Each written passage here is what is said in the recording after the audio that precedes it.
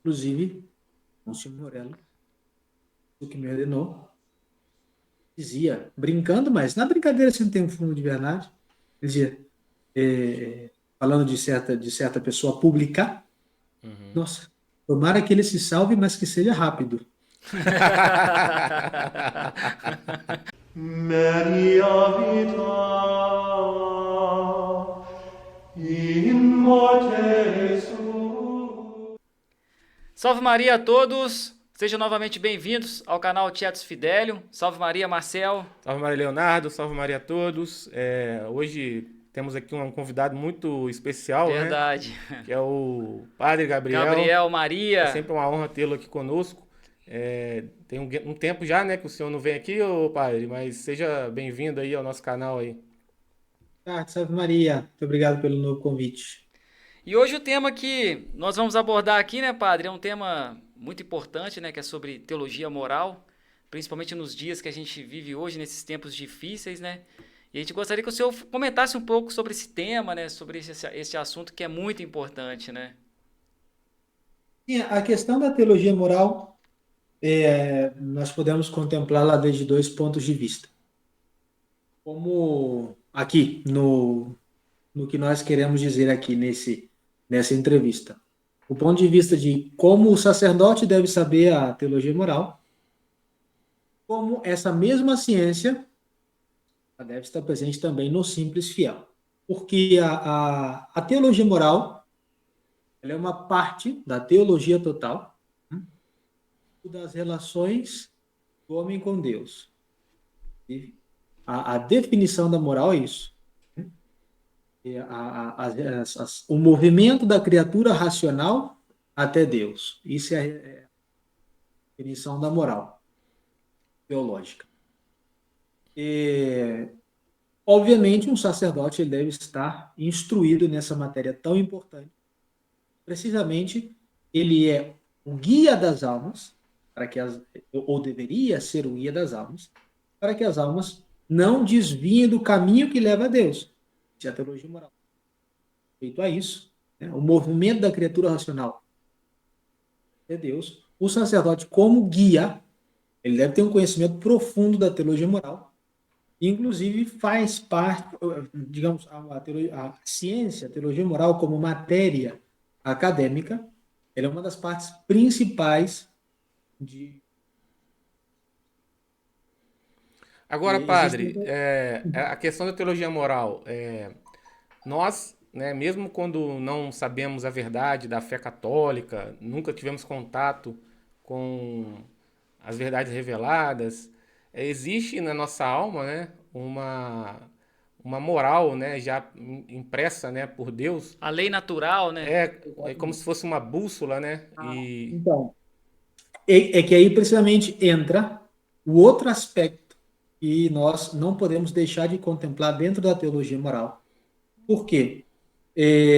No estudo sistemático das matérias que compõem esse quadro acadêmico chamado teologia moral, nós estudamos os atos humanos, né, quando um homem ele produz um ato deliberado, tanto digno de prêmio ou castigo, mas o que rege esses atos humanos é a lei. E a lei ela pode ser dividida em várias partes. A lei eterna, o bem que existe na mente de Deus, né? E essa lei eterna ela é impressa em todas as demais verdadeiras leis. Uma delas, a lei natural, que é aquela lei que todo homem, pelo mero fato de ser uma criatura racional, todo homem leva impressa essa lei na sua alma. A lei de fazer o bem e evitar o mal. Uma dimanação, uma impressão e eterna da lei da bondade que está na mente divina e impressão é dessa natureza. possível que o homem seja julgado através da lei natural? Por exemplo, um índio que nunca teve Sim. contato, A, ele pode ser a julgado? Igreja Católica Apostólica Romana tem um dogma que diz que, quanto ao seu aspecto de igreja militante, a perfeita é dar em graça de Deus um batizado em graça de Deus. Uma pessoa que está batizada e que está em graça de Deus. Esse é um fiel católico desde o ponto de vista da adesão à fé perfeita. Uhum. Pois ele tem que procurar a sua perfeição, mas para ser um membro vivo do corpo da igreja, basta ser um batizado, seja em graça de Deus. Depois nós temos aqueles membros que fazem parte somente do corpo da igreja e não da alma. Porque o corpo da igreja é a alma da igreja. Aqueles membros que compõem o corpo da igreja, porém não participam da alma, são fiéis, batizados, que estão em pecado mortal. Participam da fé católica, porém não são membros vivos. Por último, nós temos aqueles que participam não do corpo da igreja, senão da sua alma. É o caso, precisamente, como o Marcel contou, o caso de um indígena, ou um selvagem, um bárbaro, ou uma pessoa que jamais tenha tido uma notícia. E viva essa lei natural impressa por Deus na sua alma. Tente praticar o máximo de bem possível. Tente evitar o máximo de mal. Toda vez que ele tropeça nessa tentativa, ele se arrependa verdadeiramente daquilo. Assim, almas que não conhecem a verdade católica poderiam conseguir a salvação eterna não por causa dos seus erros. Por exemplo, uma pessoa, nós sabemos, existem casos de crianças que são abandonadas. Por exemplo, vamos supor uma criança que foi abandonada na porta de um casal protestante. A criança, ela viveu a vida inteira pensando que o protestantismo é correto. Nunca teve a oportunidade de procurar a verdade porque nunca duvidou. E se mantém numa ignorância invencível, se fosse o caso de uma ignorância invencível, e aquela alma ela poderia se salvar apesar dos seus erros. Apesar de seus erros. Não por causa da sua falsa religião. Aí entra a diferença entre a possibilidade de salvação mediante a mera lei natural. Em outras palavras, pode até chegar a ser o batismo de desejo. E aquela doutrina falsa, modernista, de que todas as religiões levam a Deus. Não. É possível que uma alma alcance a salvação, mesmo ignorando algumas coisas essenciais da fé, mas não por causa dessa ignorância, senão apesar dela. Ô, padre, falando em teologia moral, a gente vai se voltar para a questão dos comportamentos das pessoas perante a fé. Nos dias que a gente vive hoje, né, saber o que é certo e o que é errado é muito difícil, né? Então a teologia moral passa a ser muito complicado, né? Sobre a teologia moral. Aí se impõe o estudo da teologia moral nos fiéis. Quanto pior seja a ocasião, tanto maior deve ser a preparação para enfrentá-la. Sim. Nós vivemos num mundo de uma perversidade inédita, mas como ser um bom católico, como proceder em tal ou qual ocasião. E a teologia moral, precisamente ela estabelece as regras, não somente do mal. Quando eu não vou pecar. Não, senão, quando eu vou praticar maior virtude, mais profunda, mais intensa, pela moral. Sim. Então a teologia moral também está relacionada com a vivência dos momentos de oração também?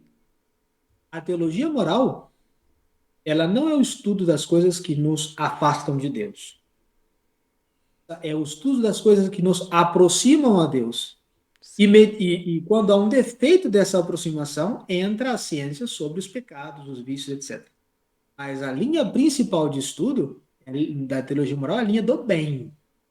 Como eu posso alcançar maior grau de graça, maior grau de virtude, e quando eu não faço isso, óbvio, as coisas não podem ser sim, não.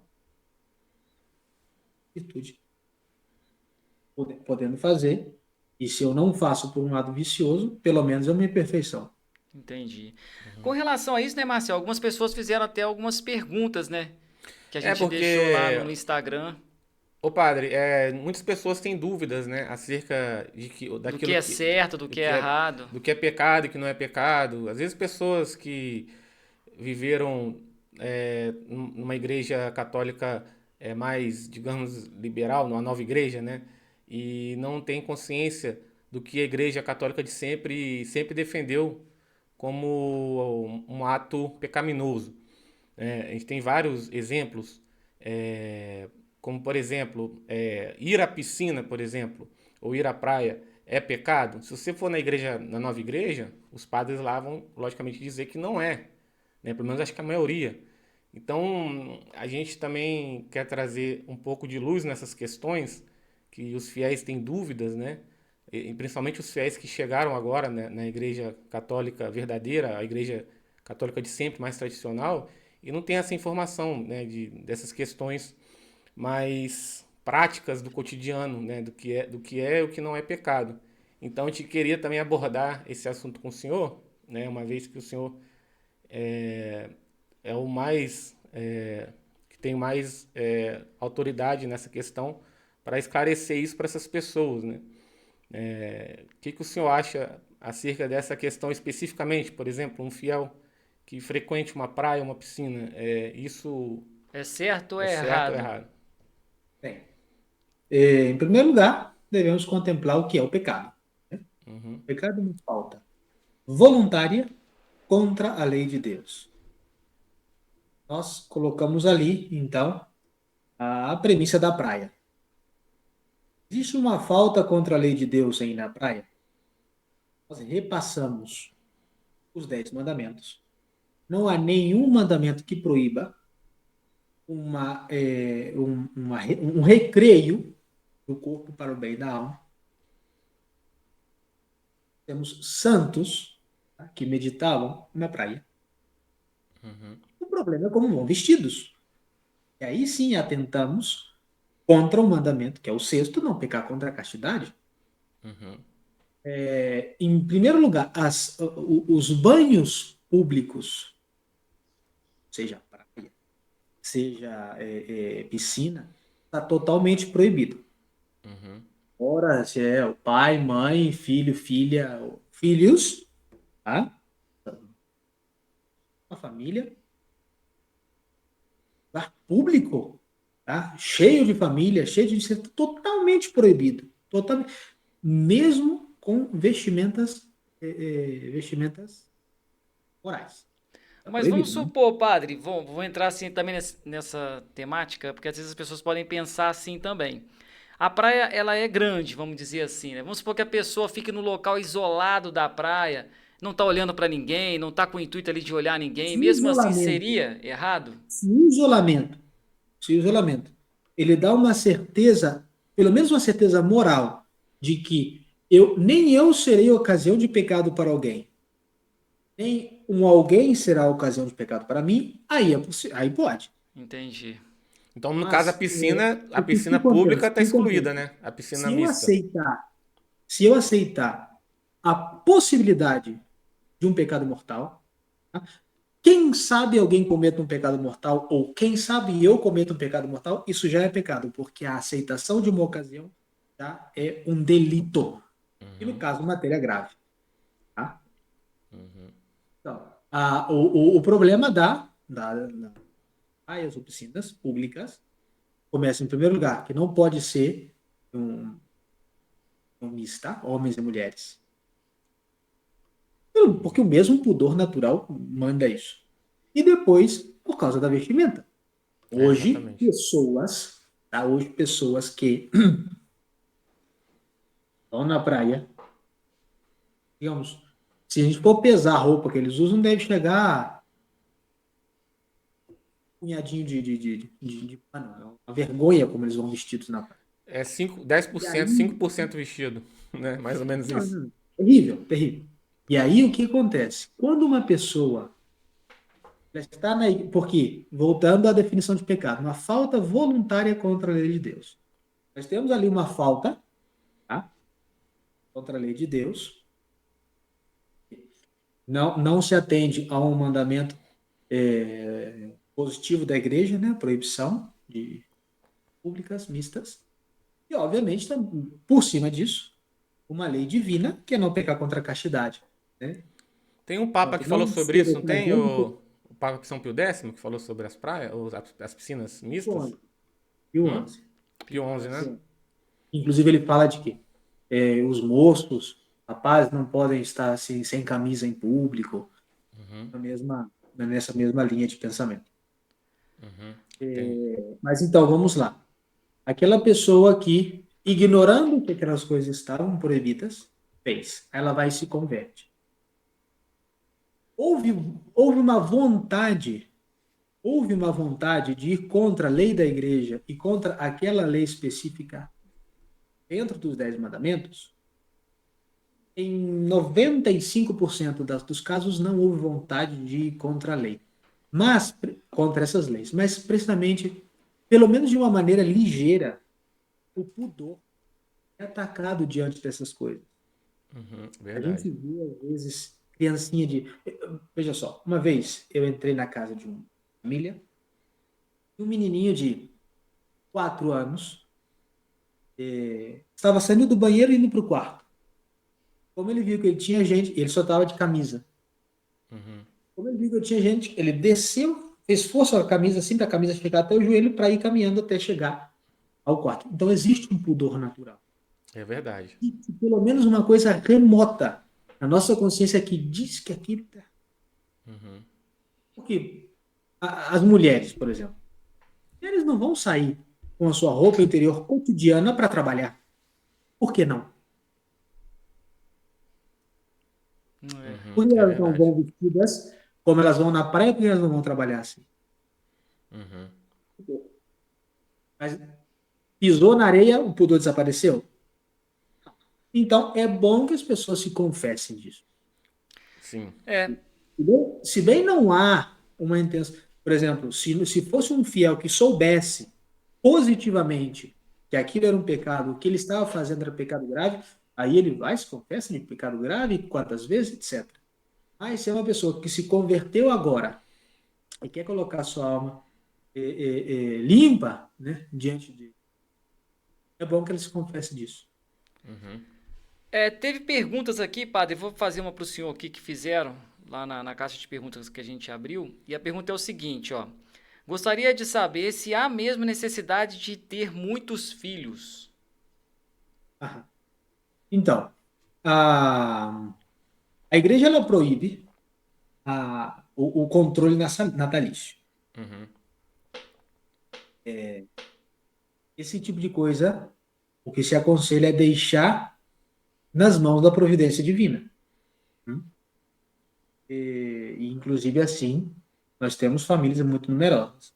Em alguns casos, tá? Em alguns casos, doença da mulher, ou por muitas cesarianas seguidas, ou uma pobreza extrema, que geralmente essa pobreza ser avaliada com muita frieza, porque as pessoas dizem passar uma pobreza extrema, porém tem uma televisão gigantesca, áreas modernos, etc. Então, pobreza.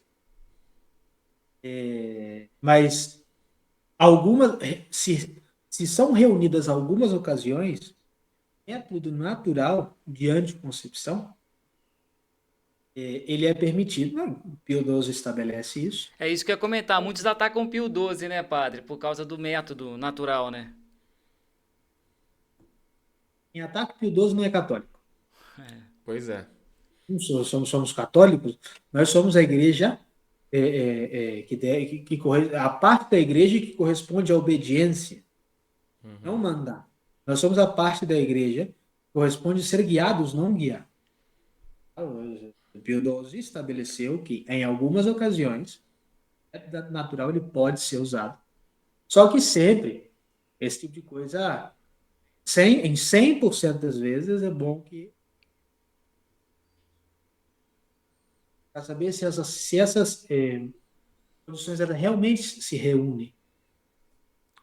Mulheres, por exemplo, que por que havia tanta mortandade de mães nas épocas da igreja? Porque não existia cesariana, ou pelo menos não existia cesariana, onde a mulher saía,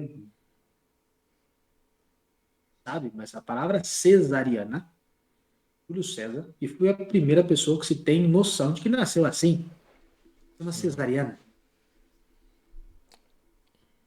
O homem da sua mãe, Júlio César, tirado do ventre materno, porém a mãe não subsistiu. Hoje nós temos métodos sinais onde a mulher ela sai com vida, mas os tecidos, depois de 4 ou Já 5 não É suporta. verdade. ele precisa de um certo tempo Uhum, se recompor. uhum. Então, esse, por exemplo, é um dos motivos que podem permitir o uso do método natural, mas sempre com direção espiritual. Mas não é uma Entendi. coisa, não é imoral. Se o Papa permite, é Cristo permitindo. É verdade. Verdadeiro, Papa. Verdadeiro. Papa. Ô padre, uma outra questão também, que muitas pessoas, até mesmo católicos tradicionais, acham que não é pecado. Às vezes você vê pessoas aí que defendem tal prática, que acham que não seria um grande problema, que é a questão dos palavrões. É, de forma assim definitiva aqui pra gente, falar palavrão é pecado? Sim, ó. E se o palavrão ele é um palavrão não somente chulo, aquele que diz respeito às necessidades fisiológicas, igual. Sujeiras, né? Essas coisas, né? Tem alguns palavrões que são somente ordinários, Algumas palavras são palavras chulas, né? mas um palavrão que tem uma conotação, pode ser contra o sexto mandamento, ou seja, que seja uma coisa impura, constitui matéria grave. Mas isso Aqueles também, ô que padre, não vai da intenção da pessoa também, não? De como utiliza aquela palavra? Que tem palavras que você utiliza e que não tem a conotação pornográfica, né? E um outro tipo de conotação. existem algumas palavras, tá? Que elas serão, digamos, em boca de um clérigo nem pensar. E em boca de um bom católico a gente deveria pensar uma língua que serve de berço para o menino Jesus Eucarístico, vai estar dizendo assim. É Mas verdade. há algumas palavras que simplesmente são chulas, mas aquelas que têm alguma conotação impura, tá? Elas constituem falta grave. Existem algumas ocasiões, que por reflexo, ou uma pessoa, por exemplo, está combatendo e ela quer perder aquele hábito de dizer palavrão. Ela realmente tem aquele desejo de parar de dizer palavrão e escapa ao mundo. Bom ela se confessar. Mas muito provavelmente ela não teve intenção naquilo. Mas é aquele aqui, sabendo que o palavrão é pecado, não luta contra aquilo, cada vez que em movimentos ele diz um pecado, ele peca. Ele diz um palavrão, ele peca. Por quê? Porque ele não luta contra a ocasião. Quem aceita a ocasião de um pecado mortal já peca. Tem, E tem pessoas que defendem, não, santos falaram palavrão. Isso é mentira. eu já ouvi falando Palavras que aqui. hoje, tá? Palavras que hoje denominam atos da vida fisiológica ou produtos desses mesmos atos. Mas 500 anos atrás era uma palavra comum e corrente. E inclusive consta em alguns livros, os tratadistas usaram algumas palavras assim, mas 500 anos atrás aquilo tinha uma conotação diferente. Mas o palavrão relacionado à sujeira, ele é um pecado ou é uma imperfeição? Olha a minha perfeição. Ah, tá. Sim. As fezes, por exemplo, que tem uma maneira de dizer que começa com a letra M. Tem uma maneira de dizer que começa com a letra B. Aham. Chulas. Imperfeições, né? Vai da intenção também, né, Mas padre? ali O não tem, pecado mas tem a ali não, intenção, mas né? ali acontece, não há uma conotação impura. Impura. Ah, Impura sim. é contra o sexto mandamento. Quando há Sim. uma conotação contra o sexto mandamento, não existe pecado contra o sexto mandamento que É, seja. quando a pessoa utiliza aquela palavra no sentido já de malícia mesmo, né? O que acontece? Ah, tudo depende da intenção, sim. A partir do momento que a pessoa encontra a conotação pecaminosa e não luta contra ela, os movimentos reflexos são pecado. Entendi. Uma outra pergunta aqui, padre, para dar tempo do senhor responder, né? Sei que o tempo do senhor aí é curto. Nós vamos escutar aqui o tempo que eu tenho até o sino. Eu estou aqui na sala de filosofia e Sim. aqui, bem na parede, está o sino do. Ah, Se sim. tocar o sino. Acabou a live, acabou o podcast. Tem uma pergunta aqui, ó. Procedimentos estéticos, por exemplo, Botox, é errado? Vamos lá. Seria vaidade. Seria uma vaidade. Se não houver uma necessidade intrínseca naquilo. Qual poderia ter sido a necessidade? Vamos lá. Um homem sofre um acidente. Fica com a cara deformada. Ele não seria um pecado de vaidade ele ter uma cara decente. O uso desse procedimento, tá, é uma coisa honesta. Porque ninguém é obrigado a parecer um monstro. A pessoa veio, o cachorro veio e mordeu a cara de uma pessoa. Ah, não pode consertar a cara porque é vaidade. Não, não é isso. Ninguém está obrigado a parecer um monstro. Agora, se for uma pessoa que parecer ter uma idade que não tem, enfim, os casos poderiam variar muitíssimo, muitíssimo. Não, um ato virtuoso dificilmente será, tá? Ou quase nunca será. Pode ser, por exemplo, a esposa faz um procedimento porque também ela sofreu um acidente para agradar o seu esposo. Aí, quem sabe? Mas geralmente por vaidade. Seria pecado? Quem sabe não passaria de imperfeição. Aham. Como se uma mulher desse muita importância a pintar cabelo, a fazer coisas indiferentes. E a esses atos indiferentes eu agrego uma intenção desviada, será uma imperfeição, será um pecado. Geralmente, nesses casos, não passará de venial.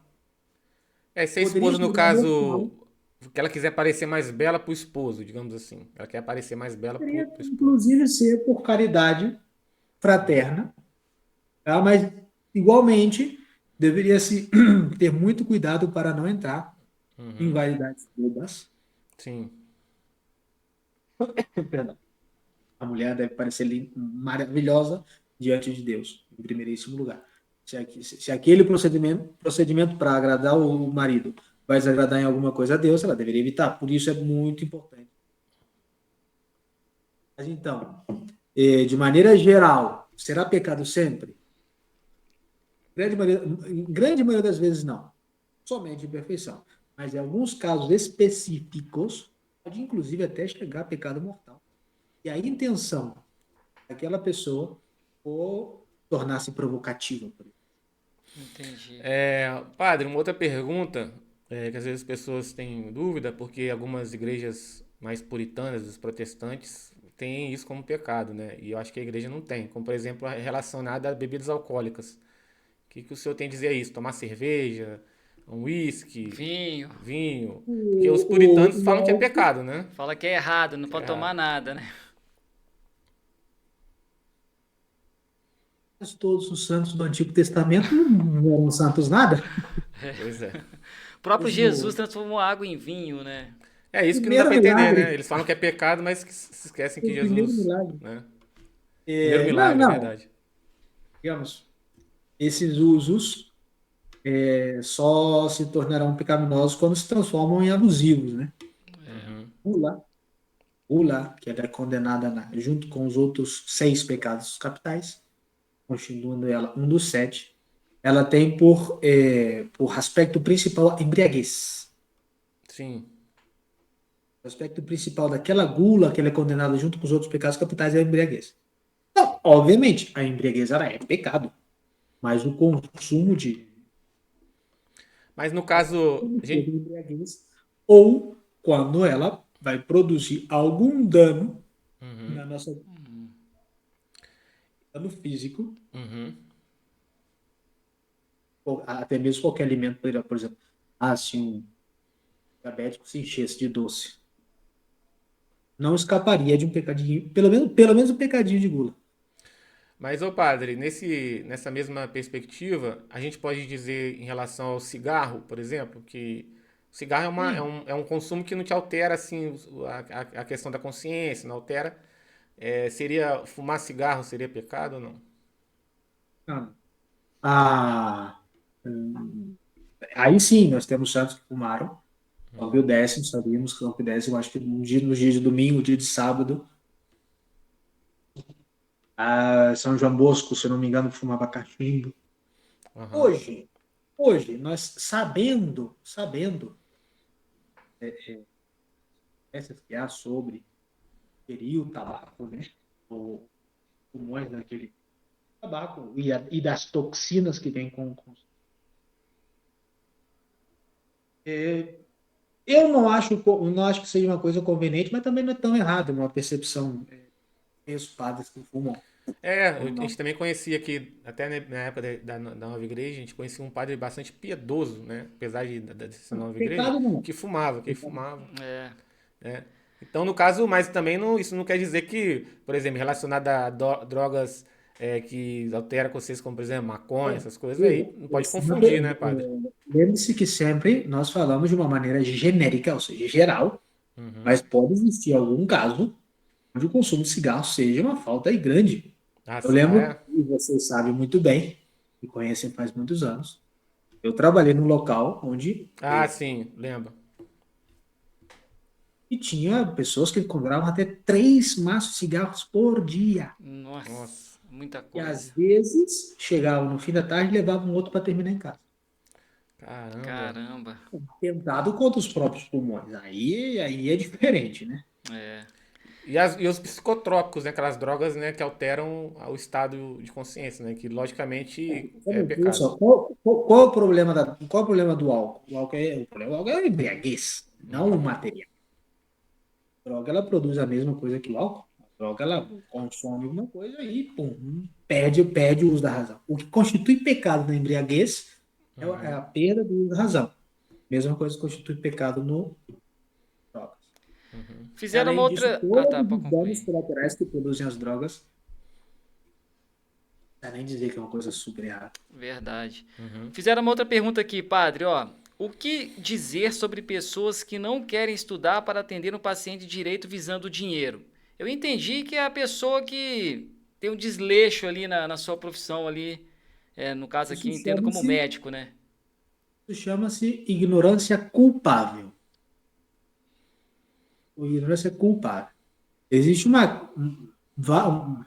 vários aspectos da ignorância que são totalmente inculpáveis. Eu sou ignorante em quântica, entendeu? Não sei nem o que se estuda ali. Ou é uma ciência relacionada ao trabalho dos astronautas ou dos satélites na estratosfera. O que acontece ali?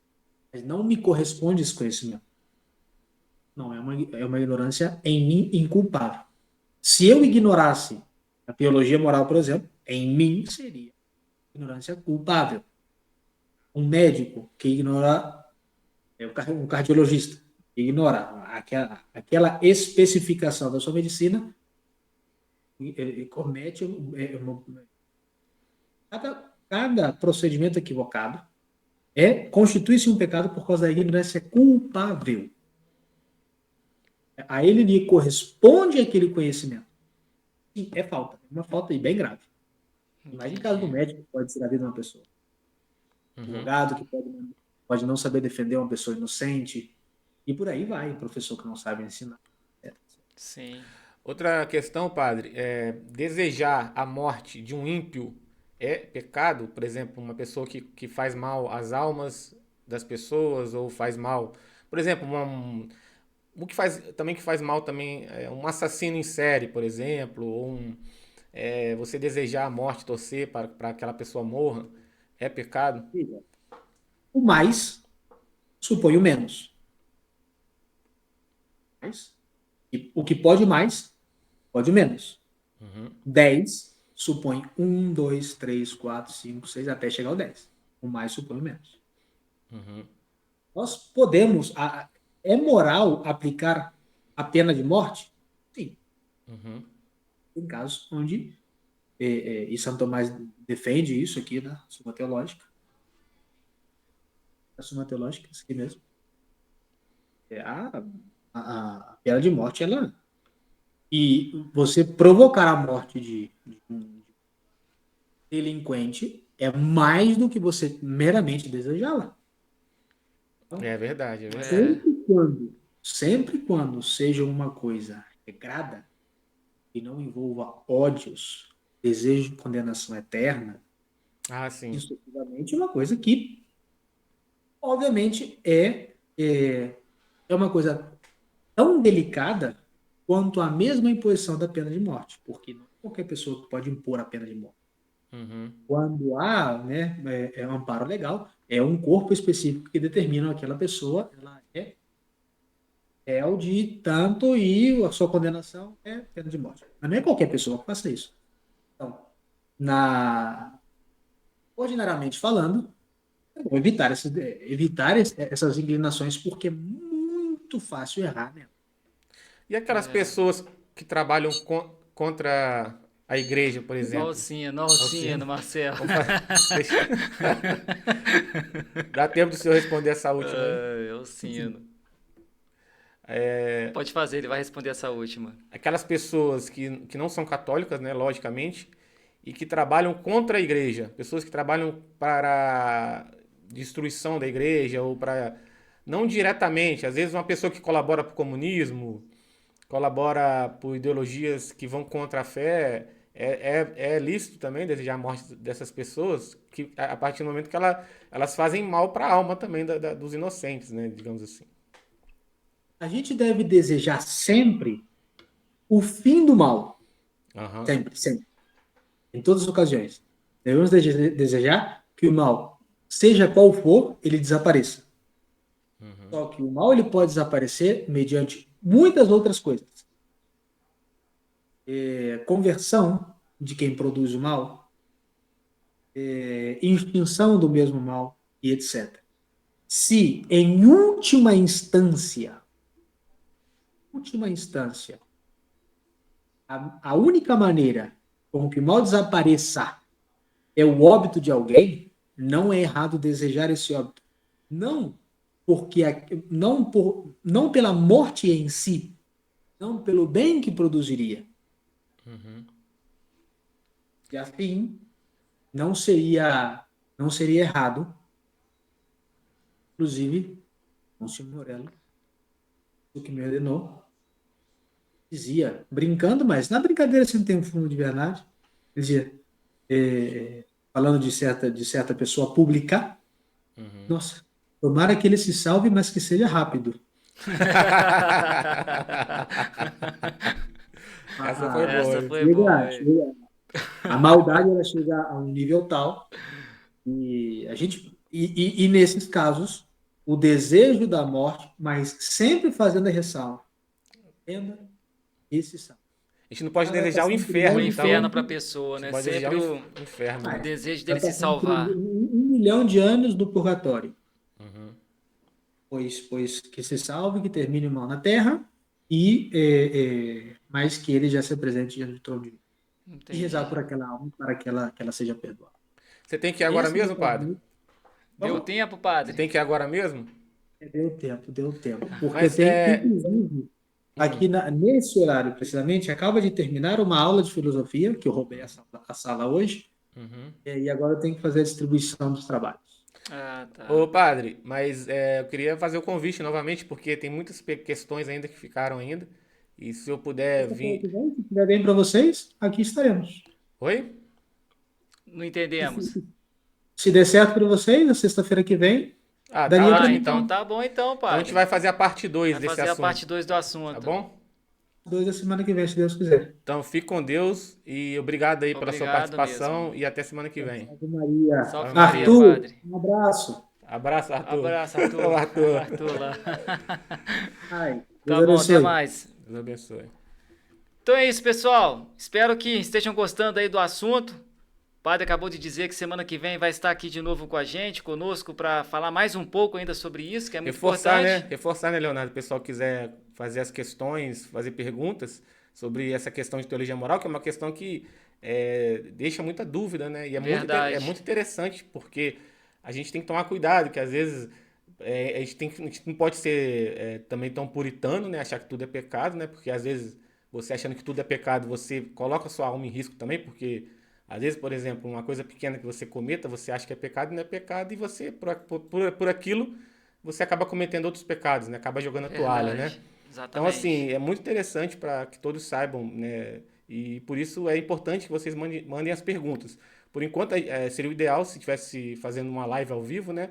Mas nas próximas 2 semanas aí, se Deus quiser, a gente Deixa vai... nos comentários, né, Marcelo? É, Deixa aí nos comentários. Exatamente, a gente vai conseguir fazer ao vivo, né, com o padre, se Deus quiser, porque aí fica uma coisa mais interativa, né, as pessoas vão poder interagir melhor conosco, né, e com o padre. Mas, de Exatamente. qualquer forma, obrigado aí pelas perguntas que o pessoal fez aí no Instagram, e vamos, né, para a parte 2, né, na próxima semana. Próxima semana. Salve Maria a todos aí. Salve Maria, pessoal. Até mais. Maria vita